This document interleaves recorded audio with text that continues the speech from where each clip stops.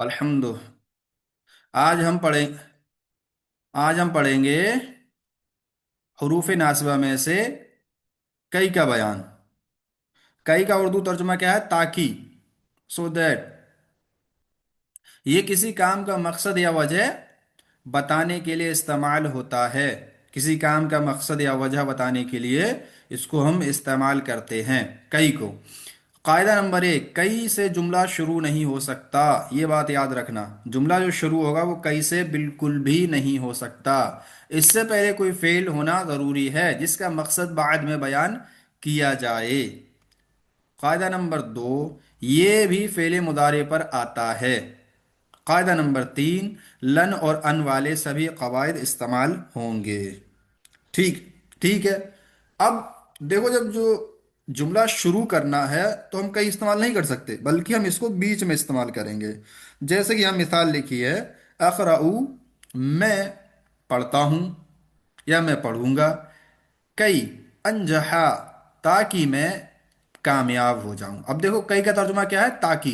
तो यहां पर देखो, जब हमने कई लगा दिया, कई अनजहा, ताकि मैं कामयाब हो जाऊं। अब हम यहाँ से शुरू ही करते कई अनजहा, तो हमें मालूम ही नहीं होगा कि बात क्या कहना चाह रहे हैं। भाई, बात क्या कहना चाह रही है ये भी तो मालूम होना चाहिए ना। तो हमें, जब हमने अगर जुमला शुरू कर दिया कई से, तो बात समझ ही नहीं आएगी।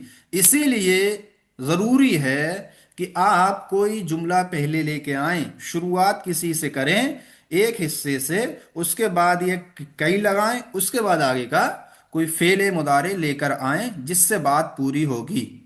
तो कई का इस्तेमाल ऐसे ही होगा। ठीक है, जैसे कि अक़राऊ कई अनजहा, मैं पढ़ता हूँ ताकि मैं कामयाब हो जाऊं। और इसी तरह और भी कई एक मिसालें आप बना सकते, कई एक मिसालें आप बना सकते हो, कई एक जुमले आप बना सकते हो। इस क्योंकि हम अभी इख्तिसार से पढ़ेंगे इंशाल्लाह, आगे हम इसकी कई सारी मिसालें इंशाल्लाह हम देखेंगे। अब जो कई है, ये कुरान और हदीस में तीन तरह से आती है, जो मैंने यहाँ पर लिख दी है। यानी कि जो मुख्तलिफ इसकी शक्लें हैं वो यहाँ लिख दी हैं। सबसे पहले ये कई ऐसे ही आती है जैसे हम यहाँ पे लिखी थी। तो यहाँ पे जो कुरान में है, जो ये कि कई तकर्र ऐनुहा, शुरू में लाम के इदाफे के साथ, दूसरा क्या आएगा? लाम के इदाफे के साथ। यानी कि जब कई है तो इसके ऊपर क्या लग जाएगा? शुरू में लाम लग जाएगा, तो लिकई, शुरू में लाम के इदाफे के साथ ही हो जाएगा। इसी तरह कि आखिर जो तीसरी है, इसके सिर्फ ली, ये सिर्फ ली नजर आएगा आपको। कुरान जब आप उठाएंगे तो सिर्फ ली नजर आएगा, जिसे लामे कई कहते हैं। जैसे लियगफिर लकल्लाह, तो यहां पर देखो ये सिर्फ ली नजर आ रहा। तो आप ये सोचे ये ली क्या है भाई? तो ये एक कई की शक्ल में से एक शक्ल है। कई की तीन शक्लें हैं जो आम तौर पर यही इस्तेमाल होती हैं। तो उमूमन आप लोगों को यही ज़्यादा मिलेगा, लेकिन आपको ये भी मिलेगा और ये भी मिलेगा। तो ये बताने का मकसद यहाँ पर इसलिए है कि आप लोग आगे कंफ्यूज ना हो जाएं, आगे पढ़ें जब आप कुरान और हदीस में तो ये क्या है। तो इसलिए आपको ये मालूम होना चाहिए कि कई की तीन शक्लें हैं, और तीन शक्लें कौन कौन सी हैं यहाँ पर आपको नज़र आ रही हैं। ये हो गया। अब इसके जो कवायद हैं आप अच्छी तरह से जान सकते हैं। कवायद जो यहाँ पे आप पढ़ेंगे, क्योंकि ये जुमला शुरू कई से नहीं होता है और फेले मुदारे पर कई आता है। लन और अन वाले कवायद इस्तेमाल होते हैं क्योंकि ये हरूफ नासिबा में से हैं। और इसकी मिसाल यहाँ पर दी है, अकराऊ कई अनजहा, मैं पढ़ता हूँ ताकि मैं कामयाब हो जाऊँ, या मैं पढ़ूंगा ताकि मैं कामयाब हो जाऊँ। इसी तरह मैं लिखूंगा ताकि मैं उसको यानी हिफ्ज कर लूं। इसी तरह उर्दू में आप और भी कह सकते हो कि मैं खाऊंगा ताकि मैं ताकतवर हो जाऊं। इसी तरह आप कह सकते हो कि मैं एग्जाम दूंगा ताकि मैं कामयाब हो जाऊं। तो और भी ऐसे ही जुमले आप बना सकते हो। ठीक है। अब आते हैं ईदन का बयान, क्योंकि हरूफ नासवा में से कई भी था और इज़न भी है, और ये चौथा हमारा हर्फ है। तो अनलन का ईदन, ये हमारा चौथा हर्फ है हरूफ नासिबा में से। अब ईदन का तर्जुमा होगा तब तो या फिर तो। ठीक है, तब तो या फिर तो, देन, इन दैट केस। और इसमें यह है कि ये भी क्या है? जवाबी जुमला है। यानी یہ حرف ہمیشہ کسی بات کے جواب میں بولا جاتا ہے۔ یہ بات یہ یعنی کہ یہ جو ہے اذن، یہ حرف کیا ہوتا ہے؟ جب کوئی بات کوئی انسان کہہ دیتا ہے تو اس کے جواب میں بولا جاتا ہے۔ مثال کے طور پر آپ دیکھیں کہ بات کرنے والے نے کہا میں محنت کروں گا، سأجتہدو، ان قریب میں محنت کروں گا۔ یہاں پر دیکھو سین جو لگا ہے، ہم نے سین اور صفحہ پڑھا تھا کس کے لیے؟ تو اس میں ان قریب کے لیے سین تھا نا، تو ہم نے سین لگا دیا، تو ترجمہ کیا ہوگا؟ سأجتہدو، ان قریب میں محنت کروں گا۔ تو آپ اس کو جواب میں کیا کہو گے؟ اذن تنجحا، تب تو کامیاب ہو جائے گا۔ سأجتہدو، ان قریب میں محنت کروں گا، تو آگے جو آپ اس کو جواب میں کیا کہہ سکتے ہو؟ اذن لگا کے، اذن تنجح، تب تو کامیاب ہو جائے گا، جیسے کہ یہاں پر آپ نے دیکھا ہے کہ یہاں پر یہ لگا ہے۔ اسی طرح آپ اور جملے بھی کہہ سکتے ہو کہ میں مارکیٹ جاؤں گا، تب تو میں خریداری کروں گا، ہیں تب تو میں خریداری کروں گا۔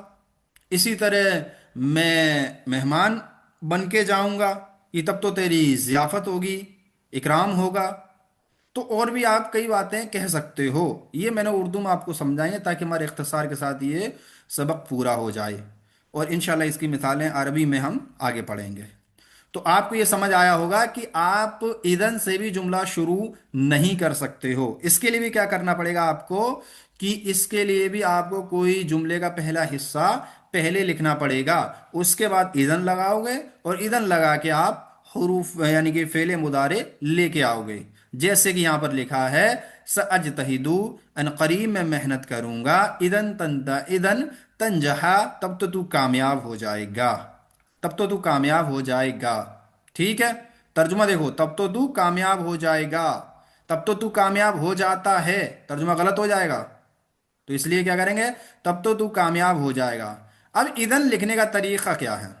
اذن لکھنے کا طریقہ تو عربی میں اسے دو طرح سے لکھا جاتا ہے، دونوں درست ہیں، اور یہ ہم نے آپ نے سبھی نے پڑھے ہیں، ٹھیک ہے۔ ایک تو یہ اذن، یہ نون کے ساتھ، یہ نون کے ساتھ جو ابھی ہم نے پڑھا ہے، اور حدیث میں بھی کئی ایک مرتبہ یہاں پر ہے اذن۔ ایک تو یہ ہے، اس کو آپ نے قرآن میں بہت دفعہ پڑھا ہوگا، اور الف پر تنوین کے ساتھ۔ اب نون جو ہے یہ قائم مقام تنوین ہے، تو یہاں پر دیکھو، یہاں پر اس کو کیا کر دیا؟ جمع کر دیا، یہ دیکھو نون کو اس میں تنوین میں بدل دیا۔ تو یہ دونوں طریقے ہی درست ہیں، آپ یہ نہ سوچیں کہ یہ ادھن الگ ہے اور یہ ادھن الگ ہے، دونوں ہی صحیح ہیں، دونوں ہی سیم ہیں، اور دونوں کے قواعد ایک ہی ہیں۔ قاعدہ کیا ہے؟ ادھن جواب یعنی رپلائی میں ہی بولا جاتا ہے، یعنی ادھن آپ جب ہی استعمال کر سکتے ہو جملے میں، جب آپ آگے کوئی جملہ یعنی کوئی بات آپ سے کوئی کہے گا، آپ اس کو سنو گے، کہ جیسے مثال کے طور پہ اوپر میں نے بتایا ہے کہ میں محنت کروں گا، تو آپ کرو گے کہ ہاں بھائی تو محنت کرے گا تب تو کامیاب ہو جائے گا۔ اسی طرح میں کام کروں گا، جب تو کام کرے گا تو پیسہ کما لے گا۔ اسی طرح تو جب پڑھے گا، جب تو پڑھے گا تو کیا ہو جائے گا؟ کہ تیرے کو علم حاصل ہو جائے گا۔ تو ایسے ہی آپ جملے بنا سکتے ہو، لیکن کب کر سکتے ہو یہ سب آپ کب کر لو گے؟ جب کوئی جملے کا شروع کا حصہ آپ نے پہلے بول دیا ہوگا۔